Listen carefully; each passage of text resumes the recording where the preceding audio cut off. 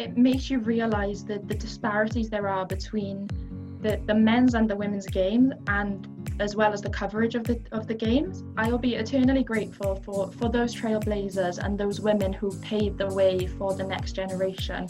If I inspire just one aspiring female journalist, then I've done my job. I don't want no disrespect.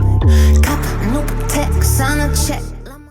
Welcome back to episode 6 of Breaking Barriers, and this week we have Swansea's finest joining us. Mrs. Sophie Davis, I don't think it's a Mrs. Yeah. It's a Miss. It's Miss. Who actually joined my uni call. Unfortunately, I'm back from uni now because of the older lockdown, which is a bit of annoying. But how are you, Sophie? You all right? I'm good. How are you?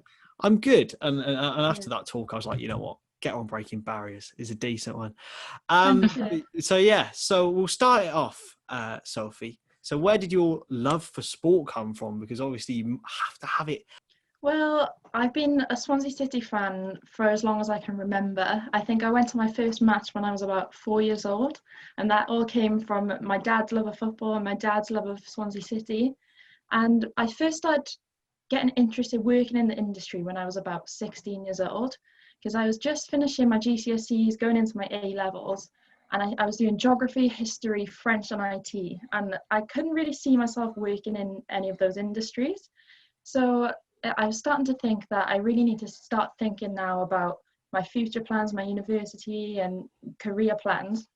And I remember one day I was just reading a Swansea City matchday programme, and I got to the bit where it was saying about the programme contributors, and it really got me thinking that I could do that. I could see myself doing that and working in that industry.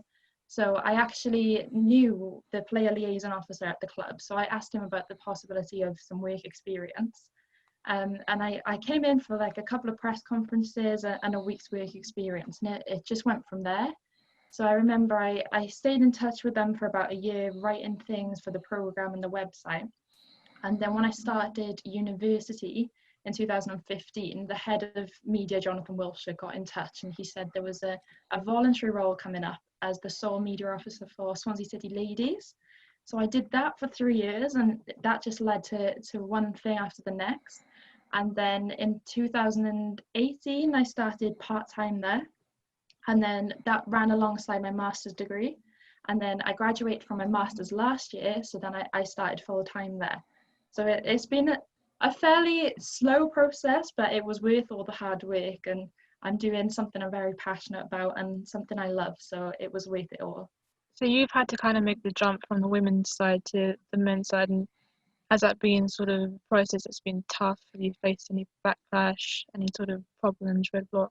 It hasn't been tough, so to speak, but I think it makes you realise that the disparities there are between the men's and the women's games, and as well as the coverage of the games.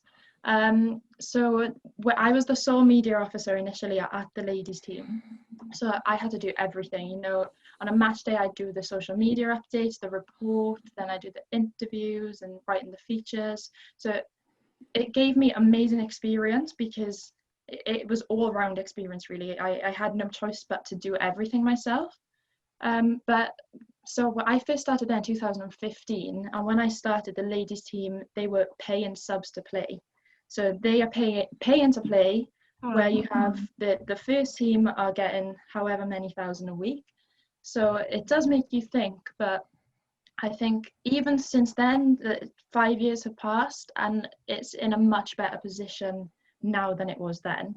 Even over the weekend, the Swans ladies were actually shown on live television for the first time. So they were on S4C, and it was the first ever Welsh Premier Women's League game to be shown. So that is a huge step for the women's game, especially in Wales. It's quite a monumental move for the sport. But I think as well as those steps, we have to focus on changing the mindset of supporters. And I've seen a few tweets after the weekend's match of there are plenty of positive tweets, people saying how great it is that they're able to see the ladies team play, and that how important it is for women's football. But then you do get the odd negative tweets, and but I think it's difficult for women in sport, but it's getting a lot easier. And And even things like this, breaking down the barriers and giving women in sport a voice is very important. Yeah. So last time out, we had Julie, who obviously quite well. Obviously, they back then had a lot more to fight through, really. So how would you compare your route into it to those, and what would you say to those like Julie, who have sort of laid down the carpet for you guys, really, in that respect?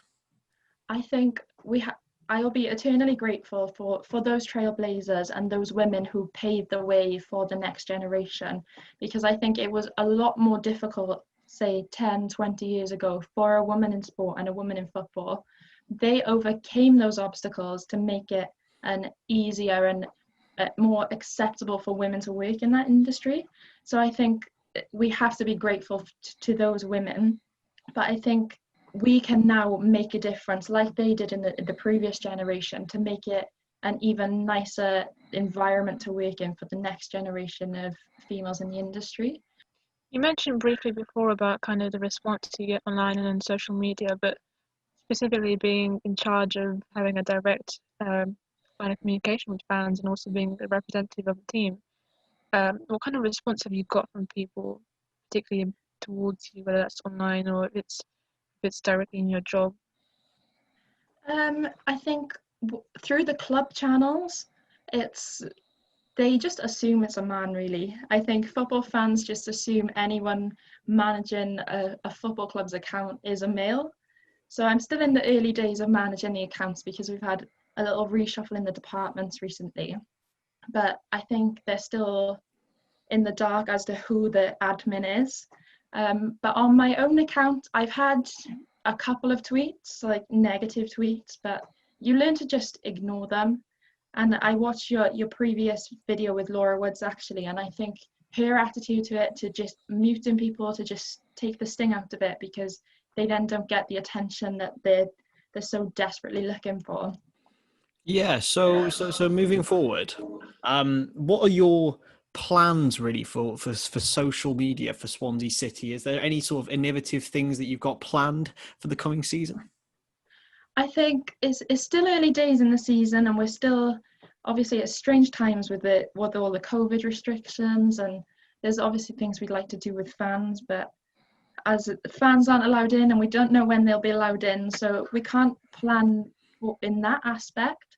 But I've definitely been looking into new trends. So at the minute we have the Twitter, Facebook, Instagram and Snapchat, but there's no denying the fact of the importance of TikTok at the moment, and especially with the younger audience. I think you definitely have to tap into that. And with football, it's a lot about attracting a younger generation, because once you attract a fan at a young age, if they become hooked, they are locked in and they are a fan for life.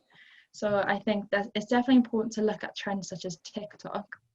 But also, with Swans fans, a lot of the most engagement comes from posts that involve nostalgia or about previous years and when we were in the vetch field, for example. So over lockdown, we had a project about the vetch field because it was the 15-year anniversary since we left the vetch to go to the Liberty Stadium. So going forward, I think we definitely look to interview more players on Zoom, because before lockdown, I'd never heard of Zoom. And I think we would have been very apprehensive to use video call as a means of filming interviews, because we'd be worried, is the sound okay? Is the video quality okay? But I think now everyone's used to it. It's become the norm, and so many things are filmed on it, and it's so easy. So I think we will use that more. And actually in the summer, it will be 10 years since we got promoted to the Premier League. So sadly, we're not there now, but it's been 10 years since the playoff final. So I think we definitely look at doing something similar to the Vetch project and getting that team back on Zoom, and the world's our oyster, really, in that respect. And just a little bit more what you mentioned in terms of trends and work requirements. Is your day-to-day kind of hectic? Is it, because you mentioned before, obviously, when you were the one who was doing everything, it was, you had no choice, you had to kind of do everything. What's it kind of now? Is it a bit more relaxed, or are you able to kind of prioritize things? How does work for you look like? I think no 2 days are the same. And I think that's kind of the beauty of football. I enjoy that it's always different. You never get bored of it. So at the moment, I'm managing the social media accounts, but then I also do writing. So on the football side of things, as well as any commercial updates. I'm also responsible for the accreditation. So any media applying to come to the matches, I deal with all that. Even down to photo shoots and PR side of things, we manage that. And even before lockdown, so I'd be dealing with player appearances and managing the players' diaries and going out with the club ambassador, dealing with all the charity requests. So it's a bit of everything. It is hectic, and I never know. I wake up in the morning and I'm like, right, where am I going to be today? What am I doing today? But I think that is the part of football I enjoy, and it's an exciting industry to be in, and especially that, as we were talking about, as a female, I think it's an exciting time to be a female in the industry too. Yeah. Okay. So moving on, I think I asked something quite similar on Friday, like the Yeah. other week. So you are a Swansea City fan. You have been since you were 4, as you mentioned. Yeah.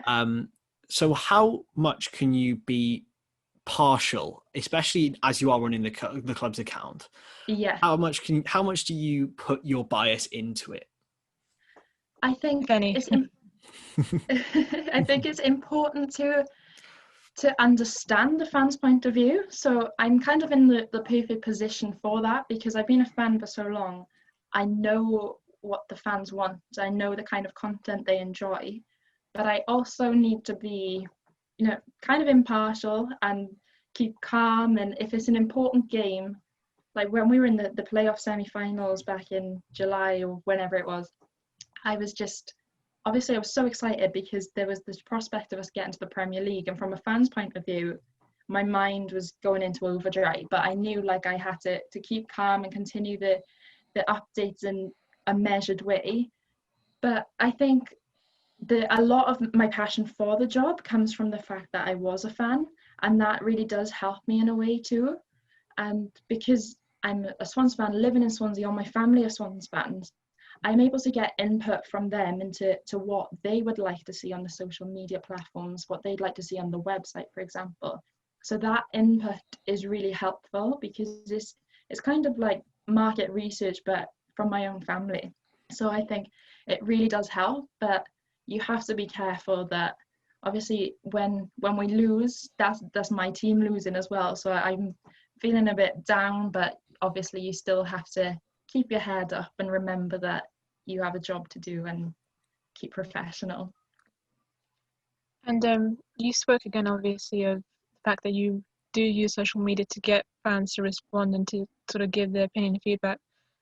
Is it easy to just let them sort of pretend that they are talking to a man and just not sort of give anything away? Because it's obviously, in this industry, being a man or having male dominance or authority seems to get you a lot further than, being what you are, which is a woman in the industry. I think so. I think it's better to keep it like hidden who the admin is. And there are times where, for example, if I'm off, someone else will be posting and they don't know the difference, because we have a style guide and they wouldn't know if I was off or if it was someone else posting. But I think I don't hide the fact that what I do, and I do work there on my own social media account. So if they wanted to find out and if they went looking, they would know it's me. But I think you do open yourself up to abuse if you publicize the fact you do it on social media. But I think I'm not going to hide the fact that I do it just because of the fact I am a female, and I don't think that should be the way. Yeah, definitely. One of the last couple from me. How do you cope inside as a fan when there's a transfer that you know that's happening but no one else does? Is it difficult? It can be difficult, especially when I hear like whispers of it. So a week before, like, oh, we might be signing, blah, blah, blah. And then I know that I can't tell anyone. Like, I can't tell my dad. And I know, like, all of my friends and my family, they are itching to find out this transfer information. And I can't tell anyone. So I have to keep it to myself. And it can be it can be hard at times when obviously everyone around you, even other members of staff, like they don't know about it and they are looking on Twitter for rumours, but I can't say a thing. But it's an exciting thing to be a part of, because I remember before I worked at the club, I'd be one of those fans refreshing Twitter and refreshing tweets of journalists looking for transfer rumours and of the hope of signing the player we want to sign. So it's an exciting thing to be a part of. And in terms of the social media side of things, you always have a lot of freedom, and it's a chance to do exciting things, to unveil the players. One of the running jokes among the Swans fans, so there's a chip shop called Rossi's, which is opposite the stadium, and on Twitter and on the fans forums, whenever a player is linked with us, they will say, oh, we're definitely signing Messi, I just saw him in Rossi's chip shop. So we decided to tap into that when we signed Jamal Lowe. So I took him to Rossi's chip shop. So we were waiting outside, just ran out of the car, took a quick picture to like bolster it back so we won't be seen. And then we tweeted, look who we just saw outside Rossi's. So it's kind of an inside joke, you could say, because a lot of fans of other teams could be looking at this like, what are they doing? Why have they taken Jamal Lowe to a chip shop? But for the Swans fans and the ones who actually knew, they appreciated that, because they felt that we were taking an interest into what they are actually saying and we are understanding the fan mood. So it's definitely an exciting thing to be a part of. Just come full circle, really. I mean, everything you kind of mentioned, your job requirements, how exciting it really is to be in the role you are in. What would you say for fans and even women in the industry who are looking to kind of follow your path and sort of come out of university and really try to find a way into huge clubs like Swansea really is? I think the key, especially to my path, has been work experience. So just getting as much experience as you can. So I worked for 4 years for free, but without doing that voluntary experience, I wouldn't have got where I am today. And even getting as much experience in other sports as you can. Like when I was doing my masters, I'd be 2 days with the Swans, 2 days in uni, and then one day I was working for the Ospreys Rugby Club, because I just wanted to get as much experience. That was a marketing placement I did there, so I could venture then into media as well as marketing. And I think just stick at it. Like, it will be tough. There were times that I'd be getting up at 6 a.m, going to Rill and then reporting on a 90-minute game, then you're driving back to Swansea and you're getting back at 11 at night and you have uni the next morning. So it was hard and it was tough, but I feel they make you who you are, and you learn a lot from those experiences. And like I said, when I did so much for the ladies team, the all-round experience you get, that will set you up for life, you know. So I think it is in the experience, but obviously, like I said the other day, with university as well, like you can't underestimate the importance of your studies. So it's about getting the balance of the both. Yeah, absolutely. And finally, what are your plans for the future? Are there any goals that you'd like to achieve, and if so, what are they? Well, I'm still fairly early in my career, so I'm looking forward to just seeing where it takes me and getting as much experience as I can. Obviously, we got to the playoffs last season, so as the club, I'd love us to get back to the Premier League, because when I was doing work experience, we're in the Premier League, and the experiences you get working there, like the people you meet, is phenomenal. So I'd definitely like to get back working in the Premier League, and just encouraging more females to work in the sport and to make them realise that it is achievable for them to work in the industry. And, you know, women can do good things in football and sport. So I think if I inspire just one aspiring female journalist, then I've done my job. Anything from you, Naz? No, I think that's pretty much it. I really, really enjoyed actually talking to you and understanding your perspectives. Like Chris said, we haven't really had somebody to give us this insight before. It's definitely unique. It's quite interesting to learn. Exactly, and we wish you the absolute best of luck. Where can we find you on social media, Sophie? So I'm on Twitter and Instagram at Sophie Davis 1208. Yeah, so go drop Sophie a follow. And yeah, if you're a male fan who doesn't like female social admins, then go away. We don't like you. But yeah, thank you very much for watching, everyone. I subscribe to Total Sport. We're nearly at 1.1k. We'll say that, but we're not. So get us there, please. Yeah. So thank you very much for watching, and we'll see you next time.